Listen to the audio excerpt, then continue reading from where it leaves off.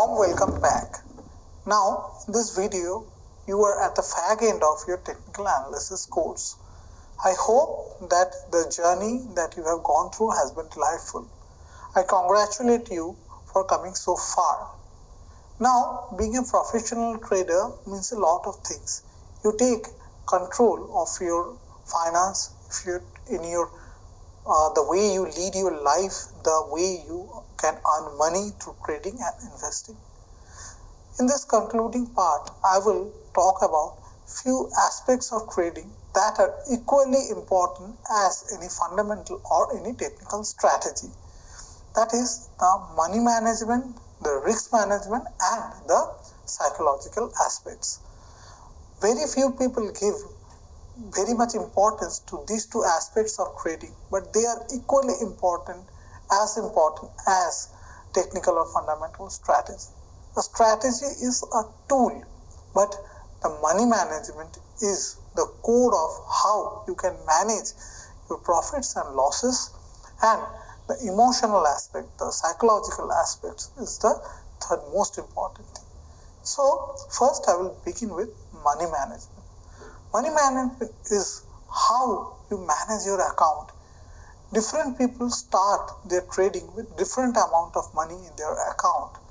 Now, if you have a lot of money to begin with, then it is a different thing. But if you have a restricted amount of money, then you should be more cautious about managing your money. Because whatever you lose initially while trading, you may have to or you must gain that much back to make your account zero. And eventually when your account grows, you have to take care that it grows in a sustainable way. So the first aspect of money management is the stop loss.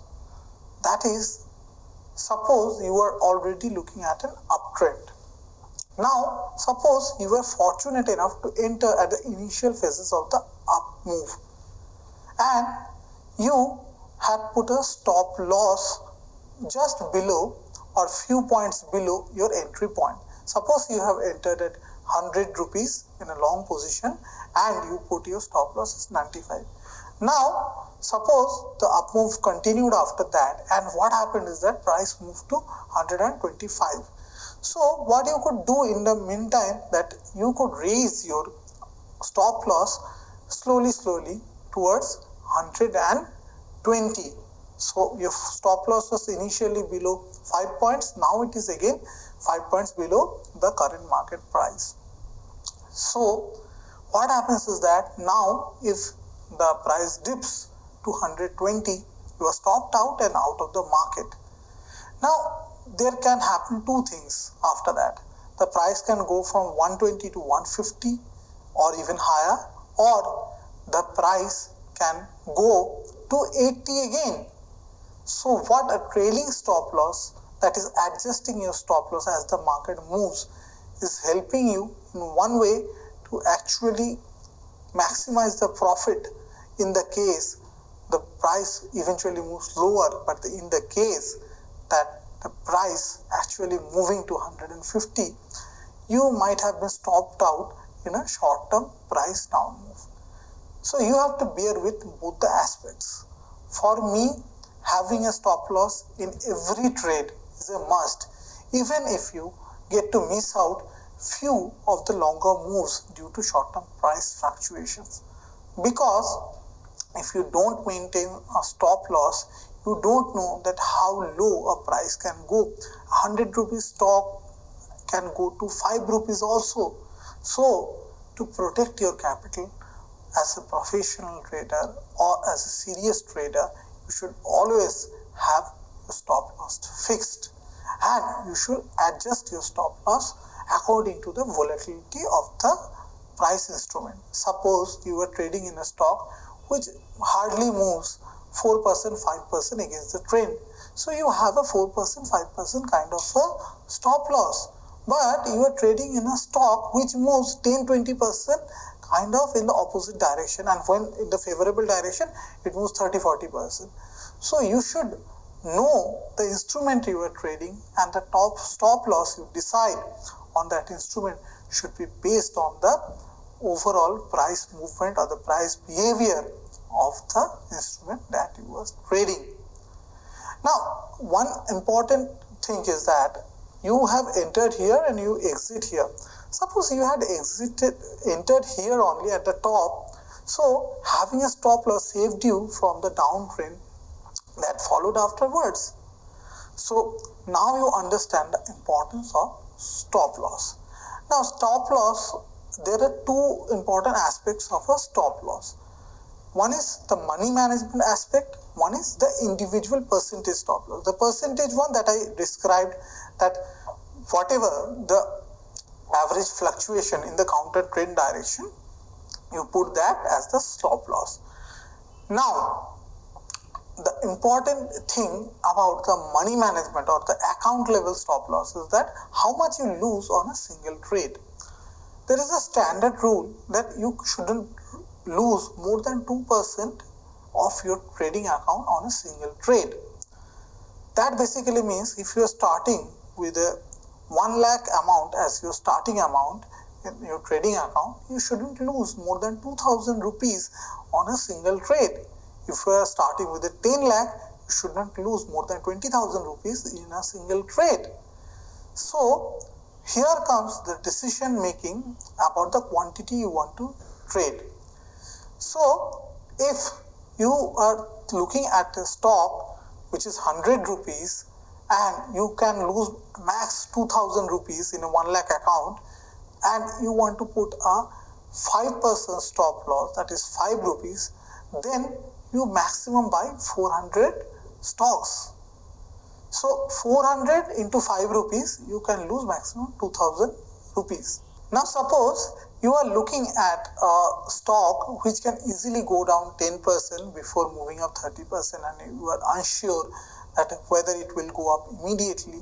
Then if you can maximum lose 2,000 rupees in your 1 lakh account, you would only buy 200 stock, half the amount. So the amount of a particular instrument or stock or bond or anything that, or forex future contracts of equity future contracts or index future contracts that you are going to trade depends upon your 2% rule, and you should look at a contract, and if it fits within your maximum permissible loss in the context of what it can go down eventually, not only that, how much it can go down and what is the quantity you are going to buy. So if it fits into your permissible limit, then you go for that. Else, however lucrative the trade may look, you should leave at. Now 2% is a standard rule. I'm not saying that 2% is a sacrosanct or a universal rule. Many say it is 0.5%, many say it is a 1%. Personally, I feel that 1% is a decent enough. Even if you have 10 or 15% of wrong trade, you actually survive. You lose only 10-15% of your account if you are in a 10-15 wrong trades. So this aspect of money management is very important. The third is the amount of profit you gain from a trade. So if you are losing 2,000 rupees or 1,000 rupees in a trade, you should aim to gain at least twice than that. So if you are losing 2,000, you should gain for 4,000, or you should rather go for even higher ratio. So your trading strategy that you are going to look into should be something that gives you the opportunity to have higher profit and lower loss. Then it becomes a mathematical game. You have more than 50% of correct trade. Suppose you devise a strategy which has 60% or 70% of success rate in a market, and you devise a way of entry and exit so that your loss is much less than your gains and you earn twice or thrice in your gaining trades. So that is an effective way to grow your account and grow your money. You should also understand the way you should part book. See, part booking is very important. Suppose you have bought 400 shares with a 5 rupee stop loss. Now you see a 10% up move. Now after this 10% up move, you can book the entire amount profit. But what can happen now?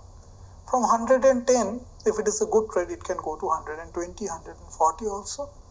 Or it can come below 105, that is your stop loss, because you are continuously adjusting your stop loss. So ideal way is to book part of this 400 shares around the 110 as you get the price. Now you have a very less amount of stocks, at least half or 60% of the stocks that you have bought. Now if the price goes to 120, 130, you keep on booking. But if the price falls also to 105, then you don't book just 5 rupees, you have booked at least 40% or 50% of your profit from 100 to 110. So this aspect of part booking profit is also very important. Remember one thing, you don't make your career in a single trade.